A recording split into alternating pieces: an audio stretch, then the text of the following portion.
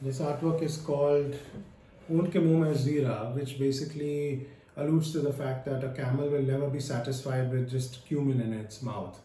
Addressing the fact that animals that have no value to humans basically suffer over time. They're no longer wanted.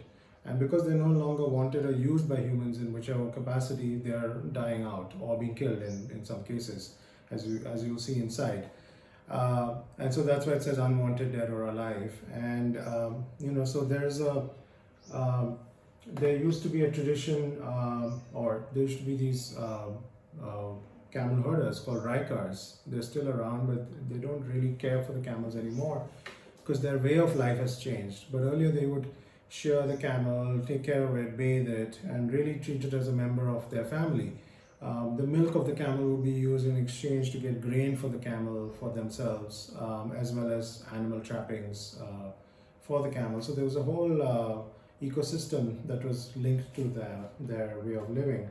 But over time, this has changed, and as you can see here on your left, over time they started using the camel for tourism purposes, taking tourists, and then even that was not sustainable enough for them, and so they got rid of the camel altogether. Started, using a bike or a scooter to get around on. What you see in the middle is Momaima. So Momaima is a goddess who sits on a camel, and it's an important goddess in Gujarat. So these panels that you see in textile have been done in collaboration with Kirit Chitara, who depict Momaima actually as an art form called Matani Pacheri, which is why we have used the camel with this art form. But here, ironically, the Mata is not sitting on a real camel, she's sitting on an artificial camel with wheels because the real camel is dead.